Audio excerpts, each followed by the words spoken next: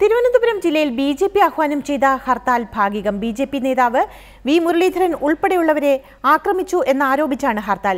BJP നടത്തിയ അക്രമ സമരം കലാപമുണ്ടാക്കാനുള്ള ആസൂത്രിത നീക്കത്തിന്റെ ഭാഗമായിരുന്നുവെന്ന് മേയർ എൻ പ്രശാന്ത് ആരോപിച്ചു. സിപിഐഎം ശക്തി കേന്ദ്രത്തിൽ അക്രമം അഴിച്ചുവിടുകയായിരുന്നുവെന്നാണ് ബിജെപി സംസ്ഥാന സെക്രട്ടറി വി രാജേഷിന്റെ ആരോപണം.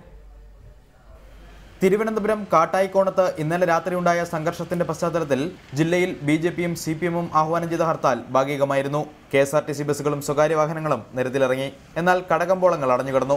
സിപിഎം ബിജെപി പ്രവർത്തകർ തമ്മിൽ സംഘർഷം നടന്ന കാട്ടായിക്കോണം മേഖലയിൽ സ്ഥിതിഗതികൾ നിയന്ത്രണ വിധേയമായി.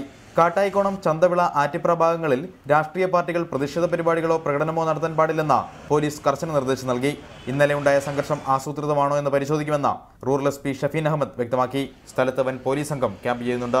ഇന്നലെ രാത്രി നടന്ന ഈ പ്രശ്നത്തിൽ പങ്കെടുത്ത വ്യക്തികളെ തിരിച്ചറിഞ്ഞിട്ടുണ്ട്. അവരുടെ വീഡിയോഗ്രാഫിയുണ്ട്. അവർക്കെതിരെ ശക്തമായ നിയമ നടപടികൾ എടുക്കുന്നതായിരിക്കും.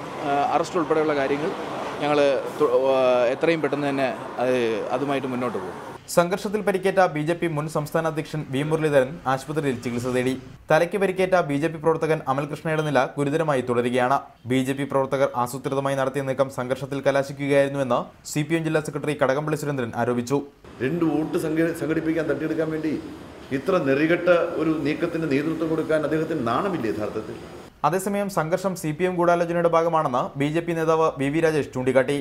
സിപിഎം കോൺഗ്രസും ആലോചിച്ച് വളരെ നല്ലൊരു അവസരം വരുമ്പോഴേക്കും മാസ്റ്റർ പ്ലാൻ പുനരുജ്ജീവിപ്പിക്കാം എന്ന ഒരു ധാരണയിൽ നേരത്തെ തന്നെ എത്തിയിരുന്നു എന്ന് വേണം മനസ്സിലാക്കാൻ. നിയമസഭാ തെരഞ്ഞെടുപ്പ് മുന്നിൽ കണ്ടുള്ള അംഗമാണ് നടന്നതെന്ന് DCC പ്രസിഡന്റ് കരവളം കൃഷ്ണപിള്ള ആരോപിച്ചു.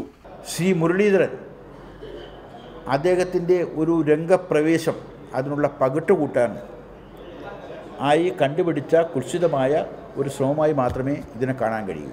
സംഘർഷത്തിൽ നിരവധി കടകളും പോലീസ് ജീപ്പുകളും അടിച്ചു തകർത്തിരുന്നു. റിപ്പോർട്ടർ, തിരുവനന്തപുരം.